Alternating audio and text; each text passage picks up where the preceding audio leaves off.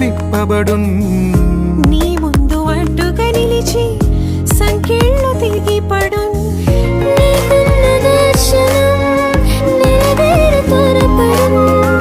అనుకూల ద్వారములు నీ కొరకు తెరవబడును.